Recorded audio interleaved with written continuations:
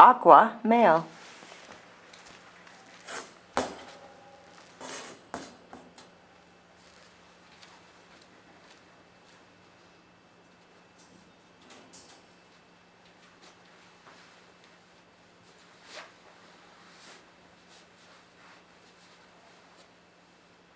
Wow, how quick was that?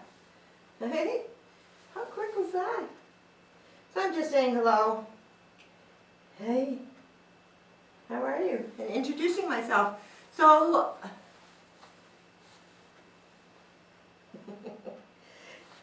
so this little fellow did a wonderful job on the release aspect of this test.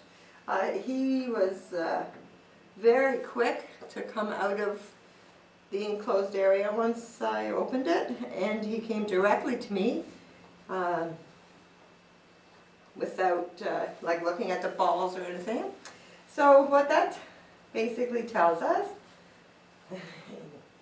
is that he has a nice level of confidence. This is the first time he's been taken away from his litter mates and also carried across the busy parking lot and dropped in this room. So he's never met me before. He's never been in this room before. Right? So this is a wonderful social side for this fellow. So this part of the test really is to see what is natural for him. Is he more socially inclined or environmentally focused? So a lot of puppies don't even come to me. They'll start going around the room and look at the tent and the balls and everything else. And this little fellow so far is not really interested in leaving. Are you stuck? No? So you can see on the video that he's been like licking and kissing, yeah? So he is looking around. His body height and posture and his tail, all good. They all show a nice level of confidence. He is starting to kind of look around. Looks like his little nose is kicking in. Hey. So I'm going to stop talking and really ignore him to see if he leaves me or not.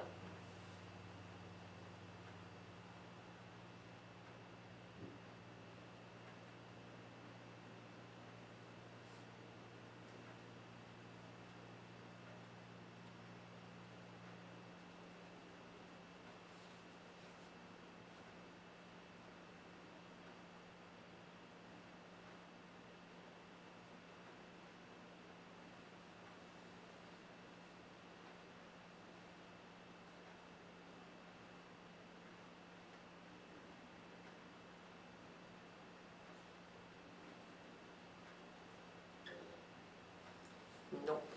He's definitely decided that I'm the best place in the room. So very, very social indeed. Yes. Very, very good. And there's no good or bad. It's just the way they are, the way you're born. And there's just different exercises. I mean, a social puppy, you can help develop independence with certain games, and an environmental puppy you have to build a relationship with. So I'm going to walk around the room and see what he does. Some dogs, bite my feet, try to control where I go.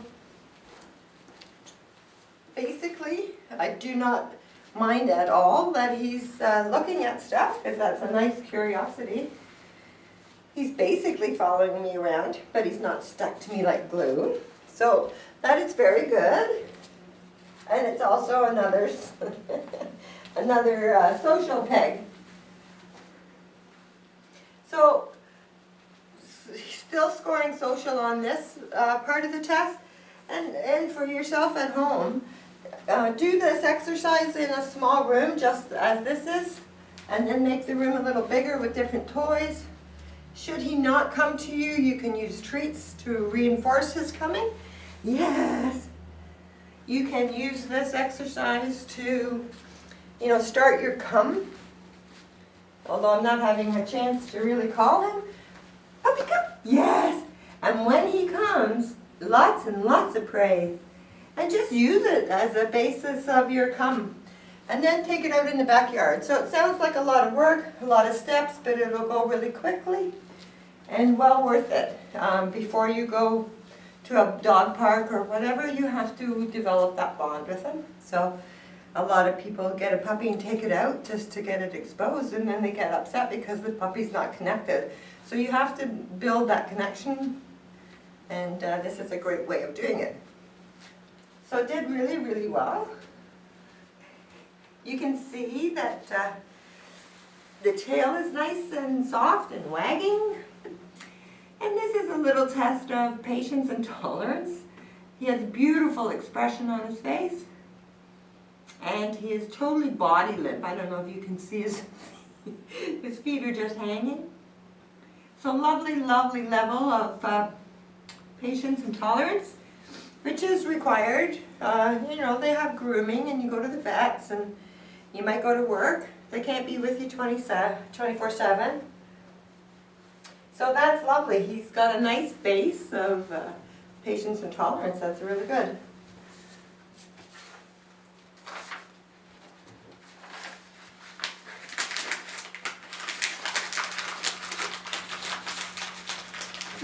He didn't really shy at the paper, but he didn't come to see what it was. There we go. Oh, all smooth. Yay! Puppy brain. Puppy brain. Oh, good boy. Good boy. So I'm glad he came back. You ready?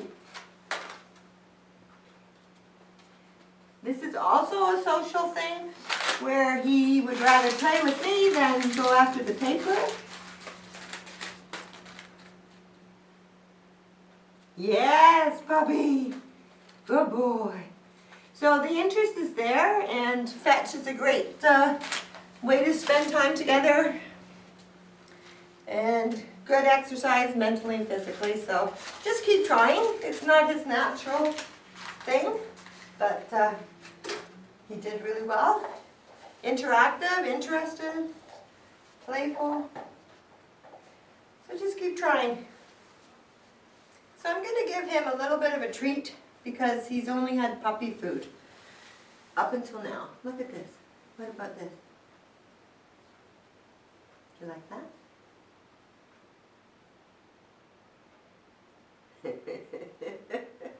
Here. It's on the ground.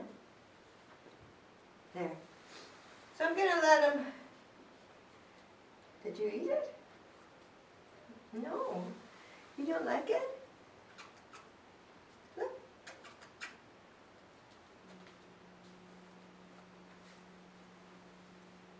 So it has a different texture and flavor. So I'm just letting him get used to it. I'd like to know that he likes it before we do our little treat test. So basically, treats are a great way to reinforce good behavior in just generally in your training. So we want to make sure that he doesn't go over the top excited with your treats. So this is a way to test how excited he's going to get with a high quality treat. So you can see that he likes it. So what I'm going to do is put it there. Okay, let him see it. Puppy, look. Look. Oh, look here. You're more interested in the cup. Look.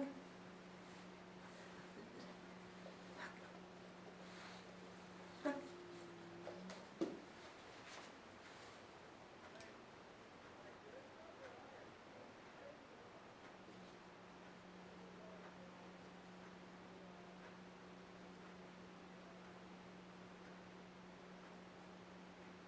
Don't give up. Don't give up. Look. Look. Try it again. One more time. So he either doesn't like my treats. Look.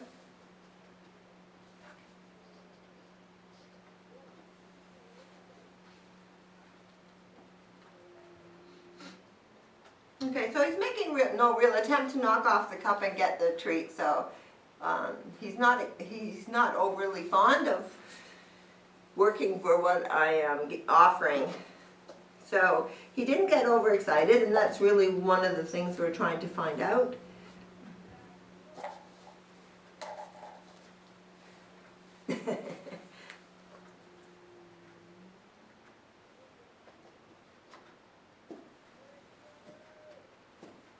See, you're looking at the cup more than the treat.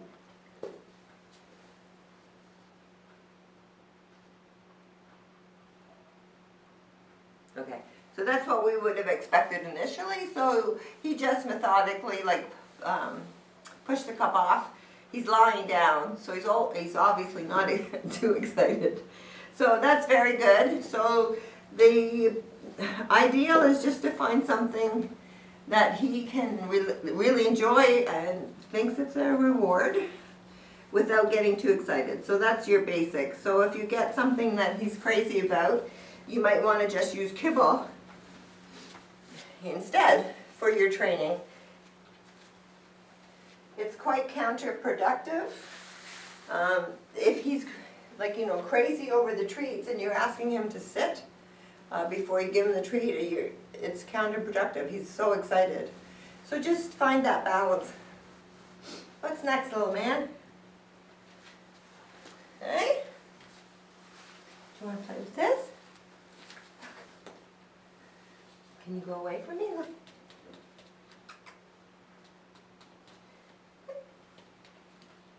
Oh.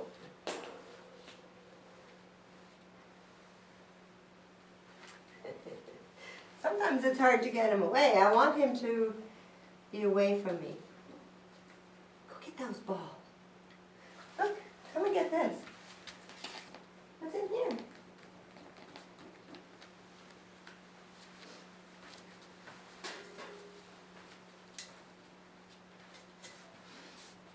Look.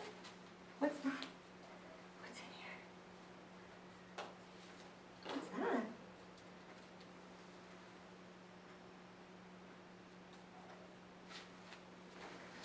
Come on, get this ball. Ideally, I wanted to make that noise when he was not looking. I caught him halfway. So it was a fairly loud noise, and we expect a bit of a startle because that's what you would do if you heard a loud noise. It's how they recover that's important. So some puppies would run to the door where they came in and just shut right down. And some puppies just go play and don't even acknowledge the noise. So the best thing, if they are scared, is to not coddle them, but to get them doing something fun and energetic. Just get their attention off of it and redirect that thought process. Now, he's not much different than he was before, but he is asking me to be picked up. So I'm just going to play with him, if I can get him to move forward a little bit. And just get him to not think about that. Look, good. And a treat, look. You got a treat for that. Where is it? Right there, look. Yes! Good boy! So just redirect to where he's... Up, up. Yeah! Go! Look, right here. How about it? You have to have it out of my hand? Very good. What's this here? Okay, so he really did recover really quickly. He didn't... borderline needed my help a little bit. So just... he might benefit for you to do a noise like that. Only like quiet, and then build on it till he doesn't care. So you might benefit from that process because he is a little bit like he used his paws a couple times, so he is asking for my help. But he didn't shut down, which is really nice, and body language is good. What is this on the ground? Look. Look.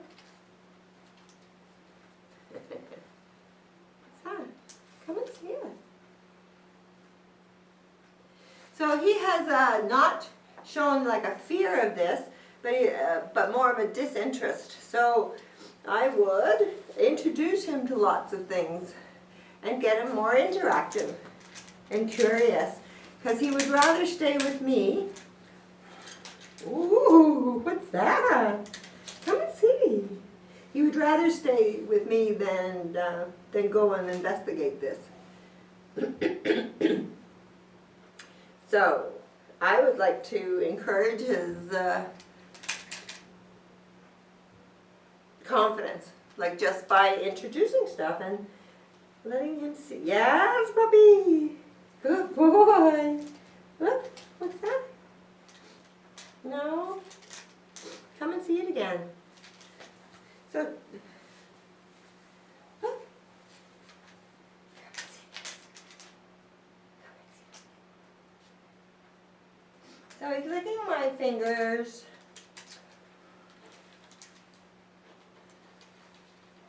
Yes! Good boy! This is good. Yeah, so not really interested, but with all puppies, they need to be introduced to a lot of different noises and sounds and colors and objects, just to keep the confidence and develop confidence, and it's a lovely way to go through life when you're confident rather than being unsure. So just build on he had a nice level of confidence, just build on it. You're a little sweetheart.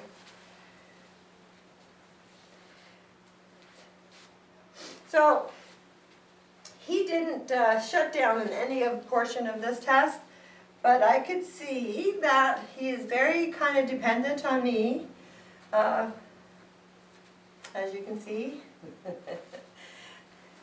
So really, really get him up and moving and interactive and introduce him new things. Find something that he likes, whether it be a ball or fetch or chew toy, tug toy. So this is an instinctual prey drive. So this isn't really taught.